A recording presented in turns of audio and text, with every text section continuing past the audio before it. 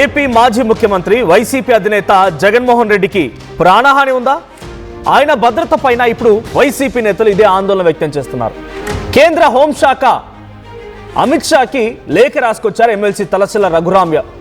So ప్రస్తుతానికి పదే పదే నిర్లక్ష్యంగా ఆయన వ్యవహరిస్తున్నారంటూ అమిత్ షాకి లేఖ రాసుకొచ్చారు.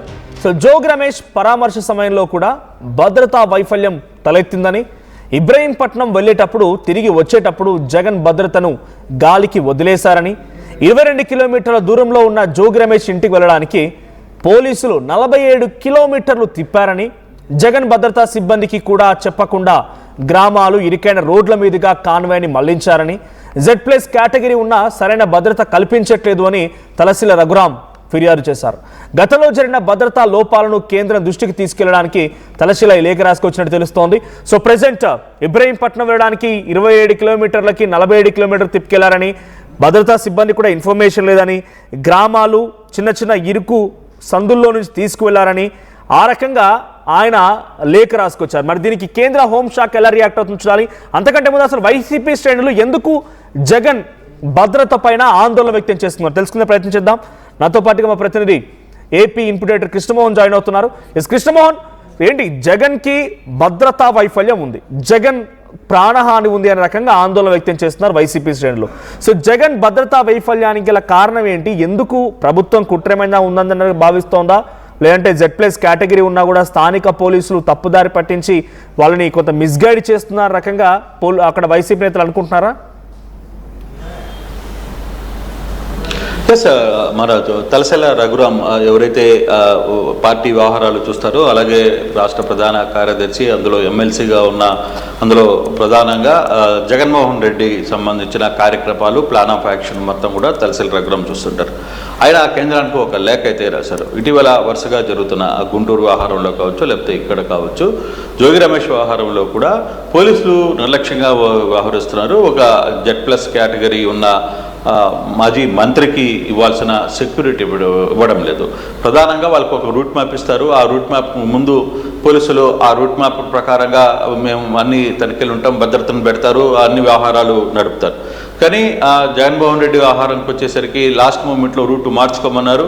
అయినా కూడా మేము రూటు మార్చుకున్నాం. రూటు మార్చుకున్న తర్వాత కూడా అక్కడ కూడా కనీసం ప్రాపర్గా వాళ్ళు మాకు డైరెక్షన్ ఇవ్వలేదు. చిన్న చిన్న సందుల్లో, ఇరుకు సందుల్లోకి తీసుకుని వచ్చి మా క్యాన్వాయ్ను మొత్తం కూడా పోలీసులు ముందున్న వాహనాలే తిప్పి చాలా సమయం పెట్టారు. అంటే జోగి రమేష్ వెళ్ళడానికి, ఇంటికి వెళ్ళడానికి కావచ్చు, లేకపోతే ఇంటి నుంచి తిరిగి తాడేపల్లికి చేరేటప్పుడు కూడా చాలా ఇబ్బందులు గురి చేశారు పోలీసులు. మా క్యాన్వాయ్ని పూర్తిగా కూడా మేము అనుకున్న రూట్ ఒకటి చెప్తారు మా దగ్గర, తర్వాత మిగతా వాహనాలన్నీ కూడా పోలీసులు ఎక్కడికక్కడ దాన్ని మార్చి చిన్న చిన్న సందుల్లో, కాన్వాయ్ వెళ్ళలేని సందుల్లో కూడా మాజీ ముఖ్యమంత్రిని తీసుకుని వచ్చారు అనేది ప్రధానంగా ఆరోపిస్తున్న వ్యవహారం. ఈ తలసరి రఘు మాట్లాడుతూ ఈ వ్యవహారం మీద పూర్తిగా, అంటే గతంలో జరిగిన కొన్ని అంశాలను కూడా పోలీసు భద్రతా వైఫల్యాలని, లేకపోతే మాకు సెక్యూరిటీ ఇవ్వాల్సిన వ్యవహారాన్ని, అంటే దాంట్లో ఇంకో పాయింట్ కూడా మెన్షన్ చేసిన పరిస్థితి అయితే ఉంది. కేవలం ఒక రాజకీయ పార్టీ వ్యవహారంగానే మీరు చూడబాకండి ఈ వ్యవహారాన్ని.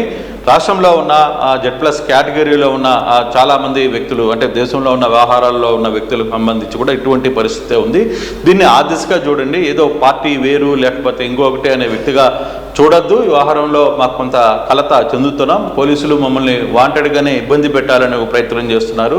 ఎక్కడ కూడా ప్రాపర్గా మాకు ఇవ్వట్లేదు అనే దాని మీద ఆయన ఘాటైన లేఖను కేంద్ర సెంట్రల్కి పంపించిన పరిస్థితి అయితే ఉంది. అమిత్ షాకి కూడా లేఖ పెట్టారు.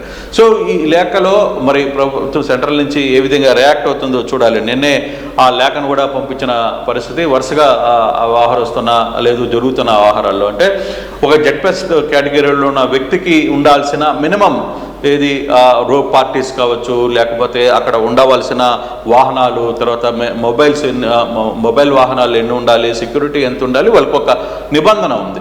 సో ఆ నిబంధన ఎక్కడ లోకల్ పోలీసులు వ్యవహరించట్లేదు, ఆ నిబంధనను పాటించడం లేదు అనేది తలసిల రఘు మాట్లాడుతున్న పరిస్థితి. ఆ లేఖను కూడా దాంట్లోనే పొందుపరిచారు.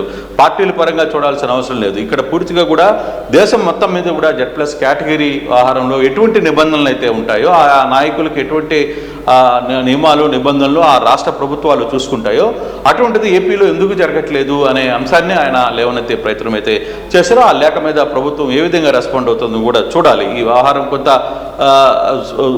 అంటే ఇప్పటికీ గతంలో కూడా ఒక లేఖ రాశారు. అందుకే మాకు ఇవ్వాల్సిన కేటగిరీస్ కావచ్చు, మాకు ఉండాల్సిన సెక్యూరిటీ వరంలో సెంట్రల్ కొంత రియాక్ట్ కావాల్సిన పరిస్థితి ఉంది, దాన్ని సీరియస్గా తీసుకోండి అనేది చెప్తున్న పరిస్థితి. ఇంకా తన కాన్వాయ్కి ముందు పోలీసు వాహనాలు ఉండాలి, లేదు దాని చుట్టూ కూడా కొంత రోప్ పార్టీస్ ఉండాలి, బ్యాక్ సైడ్ కొన్ని పార్టీలు ఉండాలి, ఎక్కడికక్కడ ట్రాఫిక్ జామ్ అవుతుంది, ఎక్కడికక్కడ ఆపుతున్న ప్రయత్నాలు చేస్తారు, దాన్ని కట్టడి చేయాలనే ప్రయత్నం ఎక్కడ పోలీసులు చేయట్లేదు. ఇవన్నీ అంశాలు గతంలో జరిగిన కొన్ని అంశాలు వీటన్నిటిని కూడా తెర మీదకు తీసుకుని వస్తూ ప్రస్తావిస్తూ దానికి సంబంధించిన అంశాలని ఆయన కేంద్రానికి లేఖ రాసిన పరిస్థితి అయితే ఉంది. బట్ ఇప్పుడు చూడాలి కేంద్రం ఏ విధంగా రియాక్ట్ అవుతుంది, కేంద్రం దాని మీద రియాక్ట్ అయ్యే పరిస్థితి ఉంటుందా, దాన్ని ముందుకు ఎలా చేస్తారు, దాన్ని బట్టి ప్రభుత్వంలో రాష్ట్రంలో ఏమైనా పోలీసులతో మాట్లాడతారా, అక్కడి నుంచి ఏమైనా డైరెక్షన్స్ వస్తుందా ఏంటి అనేది చూడాల్సిన పరిస్థితి అయితే ఉంది. బట్ ఈ వ్యవహారం కొంత జగన్ భద్రత విషయంలో పార్టీ క్యాడర్ కొంత ఆందోళన అయితే జరుగుతుంది. ఎక్కడికక్కడ మేమే సెక్యూరిటీగా ఉండి మా పార్టీ నాయకులే సెక్యూరిటీగా జగన్కి ఉండాల్సిన పరిస్థితి వస్తోంది అనేది వాళ్ళ వాదన. మరి ఆ వాదనకు కేంద్రం ఏ విధంగా రియాక్ట్ అవుతుందో కూడా చూడాల్సిన పరిస్థితి అయితే కనపడుతుంది. బయట గతంలో జరిగిన లోపాలను కూడా పొందుపరిచారని చెప్తున్నారు. సో దీనికి ఎవిడెన్స్ ఏదైనా ఆ లేఖలో ఉన్నాయా? అంటే గతంలో జగన్మోహన్ రెడ్డి మిస్గైడ్ చేశారని, లేకపోతే ఆ భద్రతా వైఫల్యం కారణంగా జగన్మోహన్ రెడ్డి కాన్వాయ్పై దాడి జరిగిందని, లేకపోతే ఇంకేదైనా కారణాలు, అంటే ఒక పోలీస్ వ్యవస్థపైనే, రాష్ట్ర పోలీస్ వ్యవస్థపైనే టార్గెట్ చేస్తూ కేంద్రానికి లేఖ రాయడం అంటే చిన్నగా ఏదో ఆయనకు భద్రత కల్పించలేని రకంగా వేగ్గా రాయలేం. కాబట్టి ఏ అంశాలని పొందుపరిచారు, గతంలో జరిగిన లోపాలను ఏ రకంగా ఎత్తు చూపారు ఈ లేఖలో? అంటే గతంలో కూడా ఒకసారి ఇది ఇటువంటి కాన్వాయ్ జరుగుతున్నప్పుడే ఒక వ్యక్తి ఆ కాన్వాయ్ కింద పడ్డం, తర్వాత కొందరు ఆ కాన్వాయ్ పైన చుచ్చుకొని రావడం, పోలీసు రోప్ పార్టీసు లేకపోవడంతో జగన్ని నేరుగా చూడాలనో లేదో జగన్ బ్యారికేడ్ జగన్ ప్రయాణిస్తున్న వాహనం దగ్గరికి రావడం, దాని మీద ఎగిరి పడ్డం, ఇట్లాంటివన్నీ కూడా చాలా సంఘటనలు జరిగాయి. మరోవైపు డైవర్షన్ అంటారా, ఇటీవల కాలంలో కొన్ని ప్రాంతాలకి పలానా రూట్లో వెళ్ళాలనుకున్నప్పుడు పోలీసులు ఈ సందులో కాదు వేరే సందులో నుంచి తీసుకువెళ్తాం అంటే ఒక విఐపి ఇవ్వాల్సిన ట్రీట్మెంట్ ఇవ్వట్లేదు అనేది ప్రధానంగా దానికి సంబంధించిన కొన్ని అంశాలని పొందుపరిచినట్టుగానే చాలా క్లియర్గా అర్థమవుతుంది ఆ లేఖలో. సో మరోవైపు ఆ లేఖకు సంబంధించిన వ్యవహారంలో కూడా కొంత ఎవిడెన్స్ని కూడా వాళ్ళు పెట్టి పూర్తిగా కూడా ఆ లేఖకు కేంద్రానికి లేఖ రాశారనేది చెప్తున్నారు. చూడాలి మామూలుగా దీనికి సంబంధించిన వ్యవహారంలో ప్రభుత్వం సెంట్రల్ ఏ విధంగా రియాక్ట్ అవుతుంది, సెంట్రల్ గవర్నమెంట్ నుంచి ఆంధ్రప్రదేశ్కి ఏమన్నా లేఖ రాస్తారా, లేదు దానికి సంబంధించిన ఎంక్వైరీ ఏమన్నా చేస్తారా అనేది చూడాలి. అయితే గతంలో కూడా ఇటువంటి లేఖ ఒకటి రాశారు, బట్ సెంట్రల్ గవర్నమెంట్ నుంచి పెద్దగా రెస్పాండ్ ఏమి వచ్చిన పరిస్థితి అయితే కనపడలేదు. బట్ ఇప్పుడు కొంత సీరియస్ అలిగేషన్స్ చేశారు కాబట్టి 27 కిలోమీటర్ల దూరాన్ని 47 కిలోమీటర్ల వరకు పెంచడం అనేది కొంత విఐపికి ఎక్కడైనా ఆ వ్యవహారంలో కొంత ఇబ్బందికరమైన అంశమే. సో అటువంటి అంశాల్లో మరి ఇప్పుడు అప్పటికప్పుడు రాత్రి ఉదయాన్నే ఫోన్ చేసి మీరు ఈ రూట్లో కాదు ఈ రూట్లో రండి అని చెప్పినప్పుడు వాళ్ళు కూడా ఆ రూట్ని ఒప్పుకొని బయలుదేరిన పరిస్థితి. బట్ అది ముందుగా చెప్పాలి, దానికి సంబంధించిన అంశాలని ముందుగా క్రియేట్ చేసుకోవాలి, దానికి సంబంధించిన పోలీస్ బందోబస్తుని అక్కడ ఏర్పాటు చేసుకోవాలి. సో ఎటువంటి ఉదయాన్నే చెప్పడం వల్ల వీళ్ళు కూడా వేరే రూట్లో నుంచి రావడం, మళ్ళీ వేరే రూట్లో నుంచి పోవడం వల్ల కూడా దాదాపుగా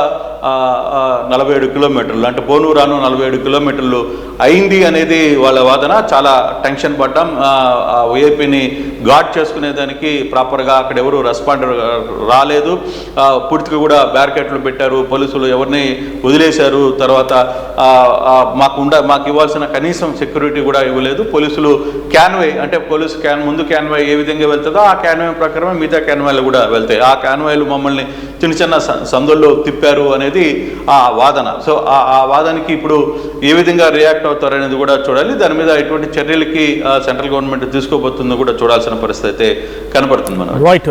thank you Krishnamohan, thank you for the updates. మొత్తంగా జగన్మోహన్ రెడ్డికి ప్రాణహాని ఉంది, ఇది మీరు కూడా నమ్ముతున్నారా? నిజంగానే వైసీపీ అధినేత మాజీ ముఖ్యమంత్రి జగన్మోహన్ రెడ్డికి ఈ ప్రభుత్వంలో ప్రాణహాని ఉందా? ఆ పార్టీ ఎమ్మెల్సీ తలశీల రఘు రాసిన లేఖ ప్రకారంగా తన భద్రతా వైఫల్యం తలెత్తింది. ఇబ్రహీంపట్నం జోగి రమేష్ ఇంటికి వెళ్ళడానికి 27 కిలోమీటర్ 47 కిలోమీటర్లు తిప్పారు. గ్రామాలు చిన్న సందు గొంతుల్లో నుంచి తీసుకువెళ్లారు. మరి ముఖ్యంగా ఆ భద్రతా సిబ్బందికి కూడా ముందస్తు సమాచారం లేదు. Z+ కేటగిరీ ఉన్న వ్యక్తిని ఈ రకంగా చూస్తారా, ఈ రకంగా వ్యవహరిస్తారా? ఈ భద్రతా లోపం వెనుక రాష్ట్ర ప్రభుత్వం ఉంది కాబట్టి కేంద్రం చొరవ తీసుకోవాలన్నట్టుగా కేంద్ర హోంశాఖ మంత్రి అమిత్ షాకి ఒక లేఖ రాసుకొచ్చారట. సో మీ అభిప్రాయం ఏంటి? నిజంగానే జగన్మోహన్ రెడ్డి ప్రాణానికి హాని ఉందా? ఆయనకి హాని తలపెట్టే పని ఈ ప్రభుత్వంలో ఉన్నటువంటి ఎవరైనా ప్రయత్నం చేస్తున్నారా? పోలీసులతో వెనక్కి దీనికి సహకరిస్తున్నారా? సో మీ అభిప్రాయం ఏంటి? కామెంట్ చేయండి. ఆ తర్వాత జగన్మోహన్ రెడ్డికి భద్రత పెంచాలి అనుకుంటున్నారా? అది కూడా తెలియజేయండి. Local to global news at your finger tips. మీ చేతిలో ఒక ఆయుధం. Download Raw TV app. Media legend Ravi Prakash is back.